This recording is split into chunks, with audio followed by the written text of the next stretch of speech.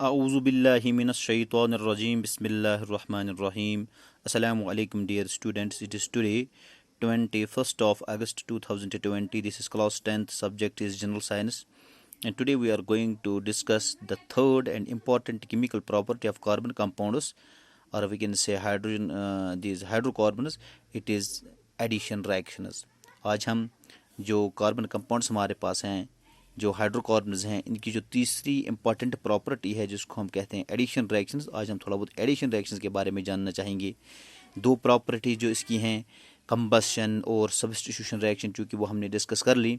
Combustion reactions they are shown by all hydrocarbons, these saturated, these substitution reactions they are shown by these substitution reactions, they are shown by these saturated hydrocarbons, and these addition reactions are shown by unsaturated hydrocarbons। ये addition reactions जो हैं unsaturated hydrocarbons दिखाती हैं।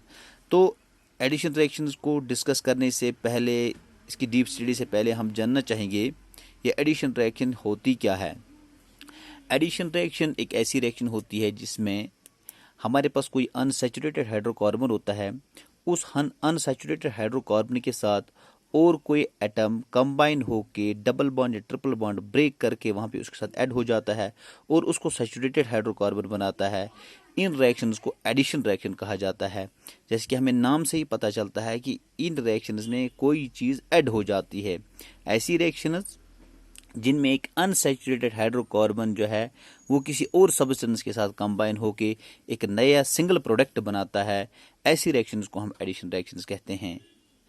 इसको मैं दोबारा repeat करूंगा, ऐसी रिएक्शंस जिनमें एक अनसैचुरेटेड हाइड्रोकार्बन जो है किसी दूसरे सब्सटेंस के साथ मिलके एक सिंगल कंपाउंड बनाता है, एक सिंगल प्रोडक्ट बनाता है, इन रिएक्शंस को हम एडिशन रिएक्शंस कहते हैं। तो मैंने यहाँ पे एडिशन रिएक्शन की डेफिनेशन लिखी है।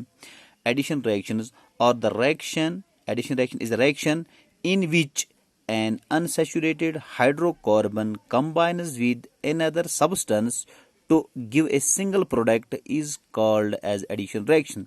कि ऐसी reaction जिसमें एक अनसैचुरेटेड हाइड्रोकार्बन किसी दूसरे सब्सटेंस के साथ मिलकर एक सिंगल प्रोडक्ट बनाता है, इन रिएक्शंस को हम एडिशन रिएक्शंस कहते हैं।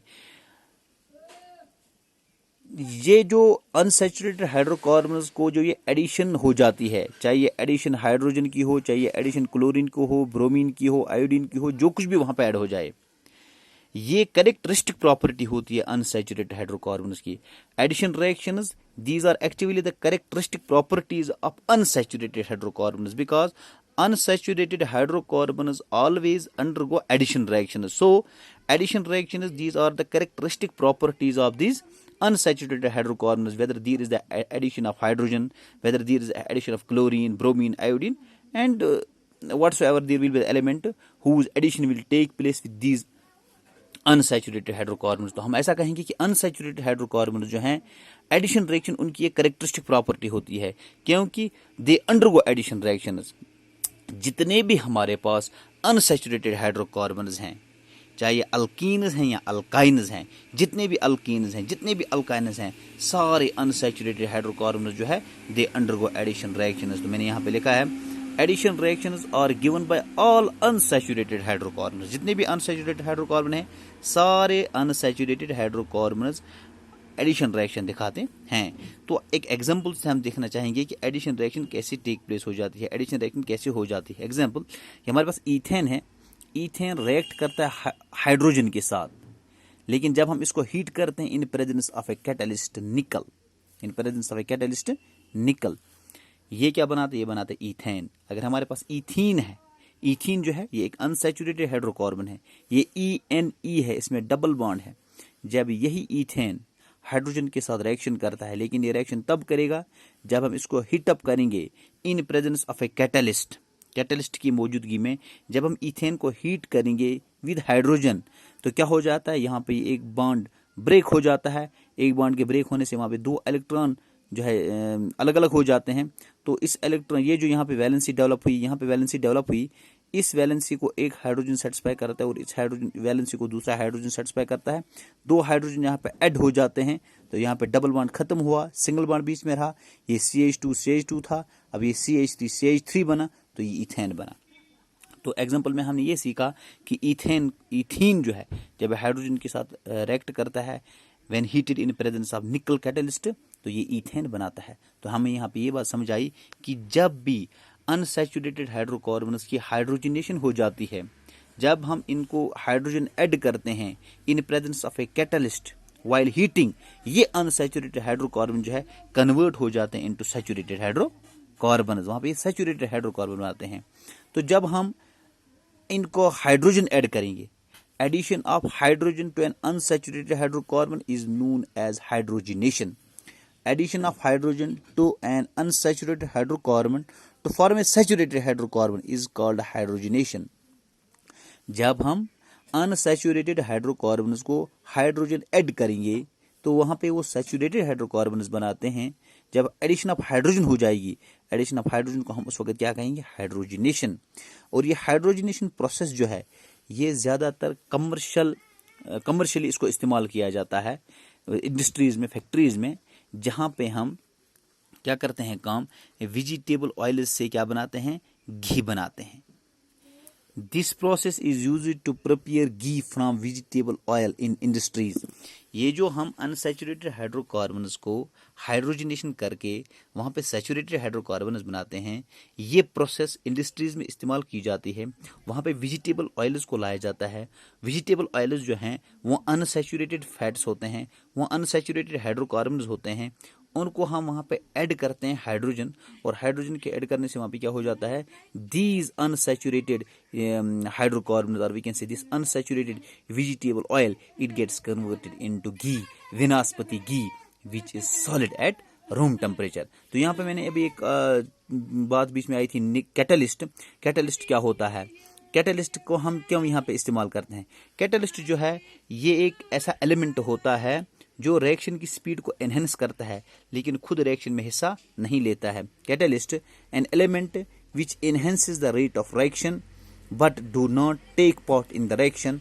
फॉर एग्जाम्पल निकल है, कैलेडियम है, निकल है, प्लेडियम है, प्लेटिनम है, ये है कैटलिस्ट्स। ये ऐसे एलिमेंट्स होते हैं जिनको हम यहाँ पे इस्तेमाल करते हैं। किस लिए इस्तेमाल करते हैं? To enhance the rate of reaction. ये रिएक्शन के रेट को बढ़ाते हैं लेकिन खुद रिएक्शन में हिस्सा नहीं लेते हैं, इन्हीं को कैटलिस्ट्स कहा जाता है। तो मैंने आपको यहाँ पे कहा कि जब हम अनसैचुरेटेड हाइड्रोकार्बन्स को एडिशन ऑफ हाइड्रोजन करते हैं, इनकी हाइड्रोजनेशन करते हैं, तो वहाँ पे ये कॉरस्पॉन्डिंग क्या बनाते हैं, सैचुरेटेड हाइड्रोकार्बन्स बनाते हैं। और इन अनसैचुरेटेड हाइड्रोकार्बन्स की जो हम हाइड्रोजनेशन करते हैं इसको लार्ज पैमाने पे कहाँ इस्तेमाल किया जाता है, इस प्रोसेस को बड़े बड़े कारखानों में, बड़े बड़े इंडस्ट्री में इसको इस्तेमाल किया जाता है। वहाँ पे हम ऑयल से वेजिटेबल ऑयल्स जो हैं ये अनसैचुरेटेड हाइड्रोकार्बन्स होते हैं, ये अनसैचुरेटेड फैट होता है। इनको जब हम हाइड्रोजनेशन करते हैं तो ये कन्वर्ट हो जाते हैं इनटू घी, वनस्पति घी, जो सॉलिड होता है। अब हाइड्रोजनेशन कैसे होती है थोड़ा बहुत मैंने इसके बारे में भी डिस्कस किया है। अब देखिए यहाँ पे मैंने लिखा है कि वेजिटेबल ऑयल्स जो हैं ये अनसैचुरेटेड हाइड्रोकार्बन्स होते हैं विथ डबल बॉन्ड्स एंड और liquid at room temperature. Vegetable oils जो हैं ये अनसैचुरेटेड हाइड्रोकार्बन्स होते हैं, इनके अंदर डबल बॉन्ड होता है और ये होते हैं लिक्विड एट रूम टेम्परेचर। क्या होते हैं? Liquid at room temperature. They undergo hydrogenation. जब ये लिक्विड होते हैं एट रूम टेम्परेचर, जब इनमें डबल बॉन्ड है तो इनका क्या हो जाता है, दे अंडरगो हाइड्रोजनेशन।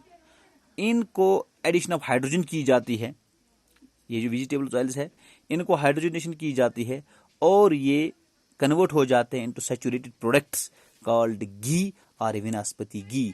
और ये घी जो है ये solid at room temperature. Vegetable oil जो था वो अनसैचुरेटेड था, उसमें डबल बॉन्ड था, वो लिक्विड था एट रूम टेम्परेचर। लेकिन जब हमने इस वेजिटेबल ऑयल की हाइड्रोजनेशन की in presence of nickel during heating तो ये वेजिटेबल ऑयल कन्वर्ट हुआ into saturated product called ghee. And ghee जो है it is a saturated product and it is solid और we can say semi solid at room temperature. तो यहाँ पे मैंने लिखा है, देखिए ये जो अनसैचुरेटेड फैट है या वेजिटेबल ऑयल है इसकी फार्मूला ये है C double bond C R R R R। ये R जो है ये अल्काइल ग्रुप्स हैं, तो ये ऐसा एक वेजिटेबल ऑयल हो सकता है। यहाँ पे CH3 CH3 CH3 CH3 आप डालिए, यहाँ C2H5 C2H5 कुछ भी डालिए तो ये वेजिटेबल ऑयल बनेगा। जब हमने इसको एडिशन ऑफ H2 हाइड्रोजन की तो क्या हुआ है, यहाँ पे यहाँ ये R यहाँ पे रहा, ये R यहाँ पे रहा। अब देखिए ये R निकल गया, ये R निकल गया, तो यहाँ पे इनके साथ इसके साथ एक हाइड्रोजन यहाँ पे, एक हाइड्रोजन यहाँ पे, एक हाइड्रोजन यहाँ पे, ये एक हाइड्रोजन यहाँ पे। तो देखिए ये जो फार्मूला आगे बनी, यहाँ पे देखिए आप सी डबल बॉन्ड सी, बाकी सारे आर ग्रुप्स, तो ये ऑयल है। यहाँ पे देखिए C single bond C, 2 alkyl group और हाइड्रोजन हाइड्रोजन हाइड्रोजन हाइड्रोजन, तो ये यहाँ पे क्या बना, ये घी बना, विनास्पति घी बना।